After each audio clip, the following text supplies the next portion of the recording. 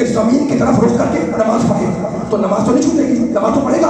تو مجھے بتاؤ کہ جب ہر ایک سوال کرنا ہے اور سوال کے بعد ایک فیصلہ سنانا ہے، اب مجھے بتائیں نبی والے، علی والے، قرآن والے، اللہ والے، اور آپ پوچھیں زمانے سے کہ جب ہر جگہ سے نبی کو سلام ہو رہا ہے، خشکی سے، تری سے، صحرا سے، گاؤں سے، جنگل سے، بیابان سے، ہوا میں، فضا میں، ایروپلین میں، اپنے گھر سے، مسجد سے، محلے سے، سفر میں، حضر میں، جب ہر جگہ سے نبی پر سلام ہو رہا ہے نماز میں، تو پھر مدینے جا کر سلام کرنے کی ضرورت کیا ہے؟ بیدار رہیے گا، جواب آپ کو دینا ہے، جواب آپ کو دینا ہے. میرے سامنے بڑے بیدار سننے والے مسجد میں بیٹھے ہوئے، آخر تک سوال ہے نا کہ جب دنیا کی ہر جگہ سے نبی پر سلام ہو رہا ہے، امریکہ میں بیٹھا والا سلام، السلام علیکم ایھا النبی، لاہور والے السلام علیکم ایھا النبی، کراچی والا السلام علیکم ایھا النبی، ایران والا السلام علیکم ایھا النبی، جب ہر جگہ سے نبی پر سلام ہو رہا ہے تو پھر مدینے جا کر سلام کرنے کی ضرورت کیا ہے؟ اب اگر کوئی صاحب یہ کہ جناب دور سے سلام پہنچتا نہیں ہے،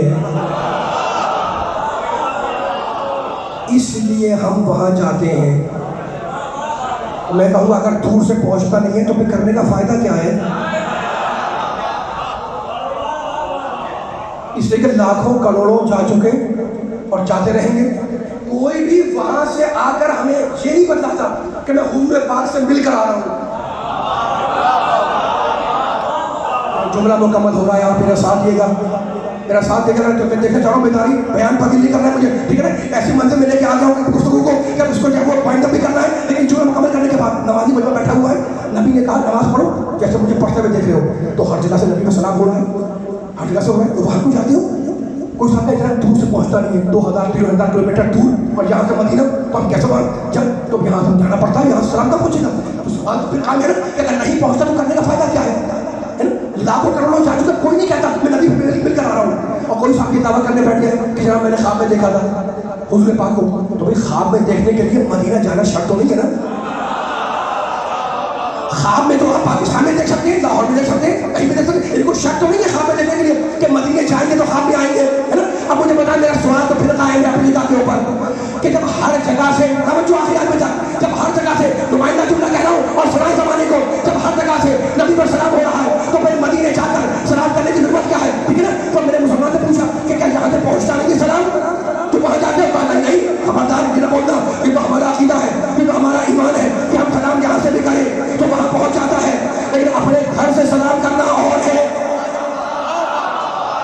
سارے خاموش بیٹھے ہوئے ذرا سا بولا کریں، ناکی والا بول کریں. اپنے گھر سے سلام کرنا اور ہے، اور ان کی بارگاہ میں جا کر دوڑیے پر سلام کرنا اور ہے. یعنی علی والوں، نبی والوں، یہ ہر مسلمان مانتا ہے کہ ہماری محنت رائگاں نہیں جاتی، ہماری محنت فالتو نہیں جاتی، ہے نا؟ لیکن اپنے گھر سے سلام کرنا اور ہے، اور ان کی بارگاہ میں جا کر، ان کی یہودی پر جا کر سلام کرنے کی جو عظمت ہے وہ نہ گھر میں ہے، نہ محلے میں ہے، نہ شہر میں ہے، نہ گاؤں میں ہے، نہ وطن میں ہے، نہ سفر میں ہے، نہ حضر میں ہے، نہ مصلی پر ہے، نہ مسجد میں ہے، نہ محراب میں ہے، نہ ہوا میں ہے، نہ فضا میں ہے، نہ ریگستان میں ہے، نہ خشکی میں ہے، نہ تری میں ہے. اس لیے لاکھوں کا سرمایہ لٹاتا ہے مسلمان کہ وہاں پر جا کر نبی کو سلام کرے. اب سمجھ میں آیا؟ کروڑوں کا سرمایہ لٹایا جاتا ہے کہ نبی کے در پہ جا کر امت ہی سلام کرے. امت والوں پہچانو وہ دروازہ کیسا ہوگا جہاں نبی جا کے سلام.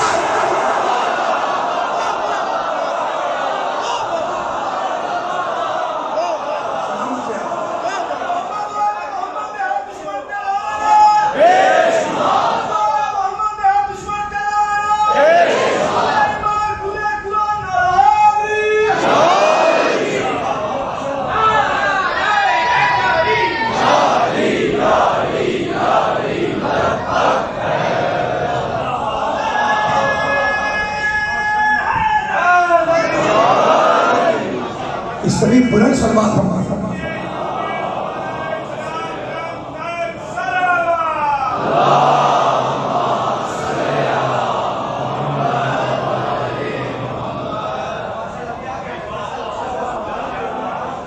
اسلام میں عقیدے کا مرکز میرے مصطفیٰ کی ذات ہے. بس بیان تقریباً آخری مرحلوں سے قریب ہو چکا ہے. اب صرف چند جملے بیان کرنے آپ کی اجازت دیں گے. میں نے پہلے بھی آیت پڑھی تھی، بار بار یہ آیت پڑھتا ہوں، پڑھتا رہوں گا انشاءاللہ. رسول ہم تمہارے قد نرا دیکھ رہے ہیں. کیا دیکھ رہے ہیں؟ اللہ بول رہا ہے تقلب وجہک فی السماء کہ تم اپنا چہرہ آسمان کی طرف کرتے ہو. ہم دیکھ رہے ہیں، ہم اللہ بول رہا ہے تمہاری چہرہ کرنے کی ادا کو، اس رخ کو ہم دیکھ رہے ہیں، تو ہم کیا کریں گے؟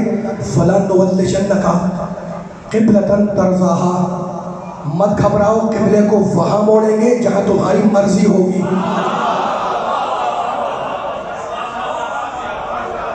پہنچی بات نہیں پہنچی سننے والوں تک؟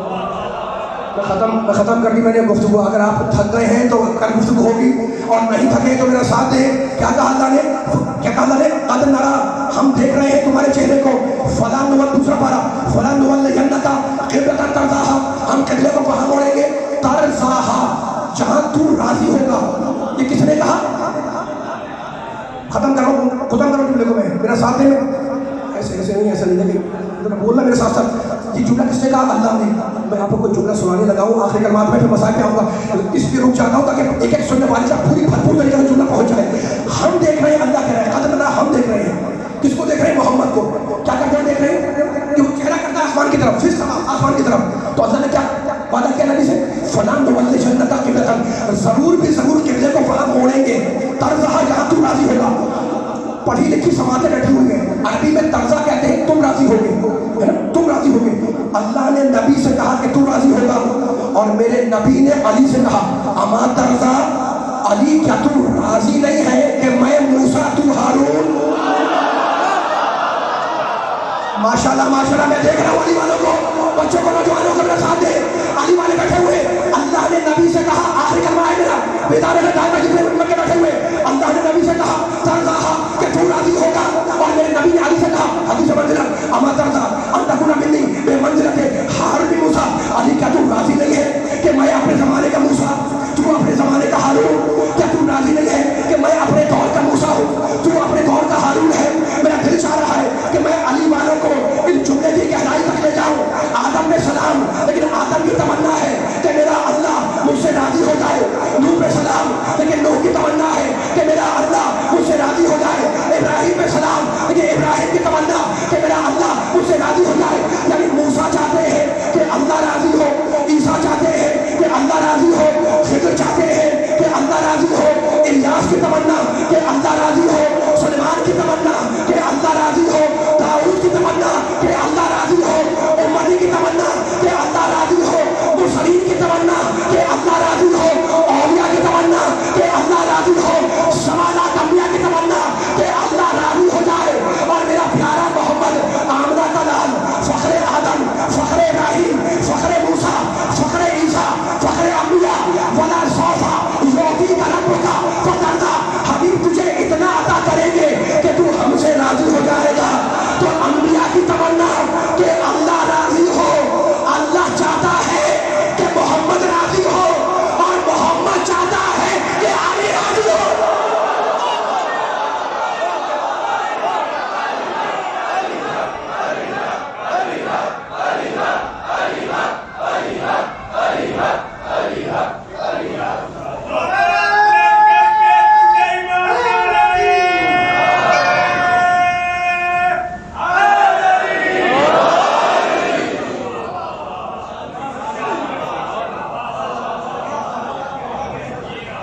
علم کا شہر ہے محمد، علم کا شہر ہے میرا نبی، میں علم کا شہر ہے، اور علی اس کا دروازہ، اور مصیبتوں کا شہر ہے حسین، اور اس کا دروازہ ہے مسلم۔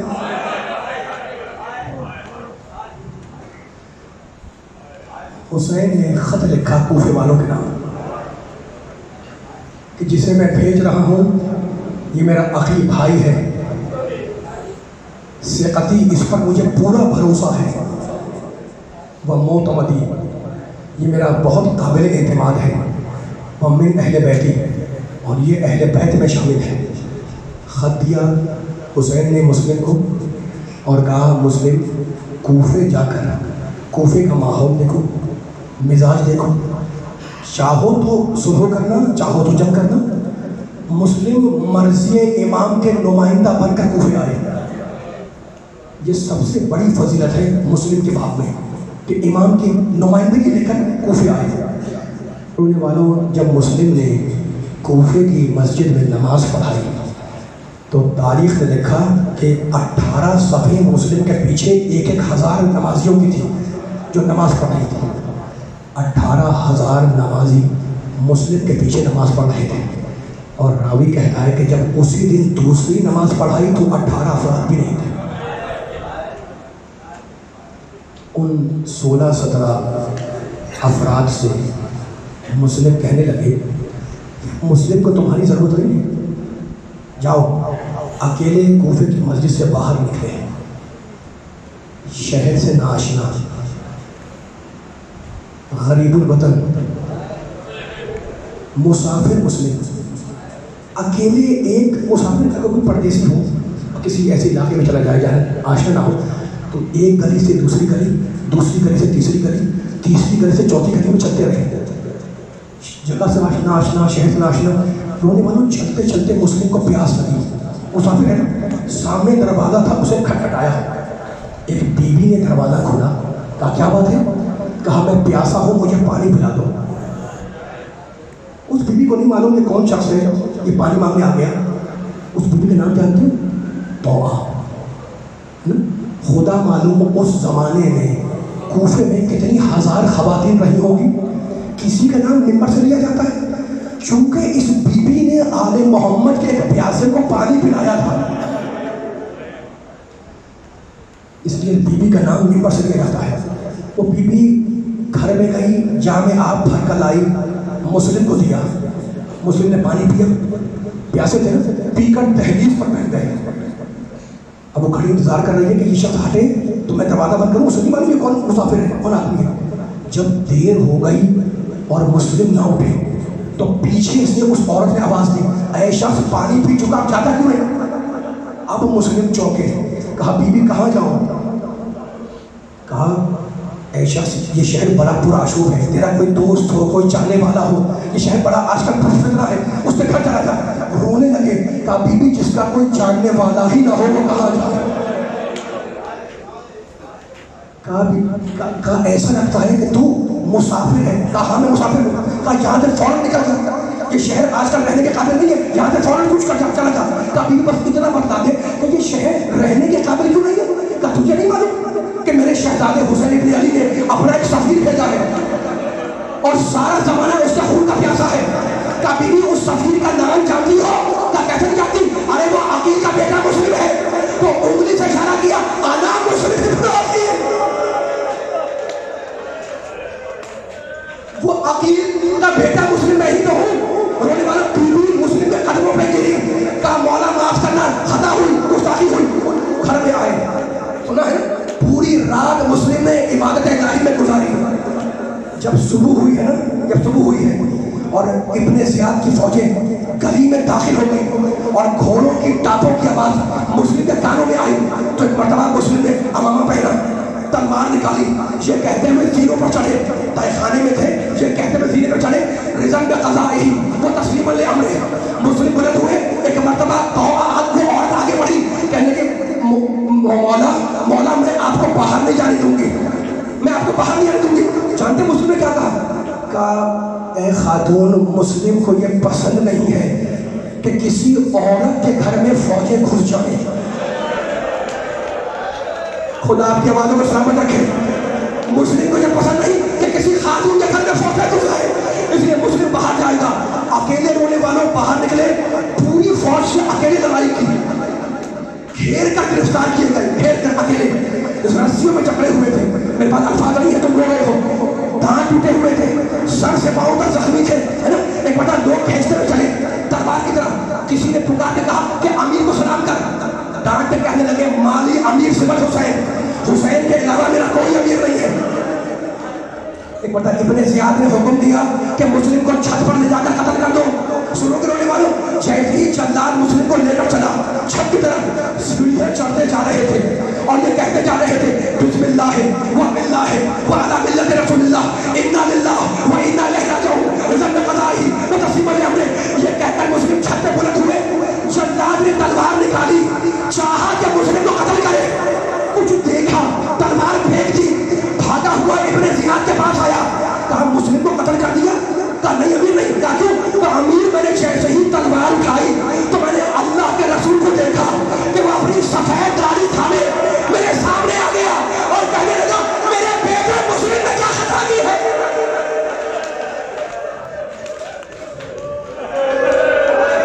اجرکم اللہ. آخر جملہ میرے پہ ماتم کرے ہوگا میرے بیٹے مسلم نے کیا خطا کی ہے. کہا تیری نگاہوں کا دھوکہ ہے, تیری نگاہوں خدا آپ کو مسلم کی قبر کی زیارت نصیب کرے کچھ آگے. کہا تیری نگاہوں کا دھوکہ ہے, جا کے مسلم کو قتل کر. رونے والوں تمہیں یاد ہے نا تم رو رہے ہو, مسلم کی شہادت ہے 9 ذی الحجہ کو اور 10 ذی الحجہ کو عید قربان ہے. جلاد کے آنے جانے میں تھوڑی دیر ہوئی, اتنے میں مختل کہتا ہے کہ مسلم ٹہلتے ہوئے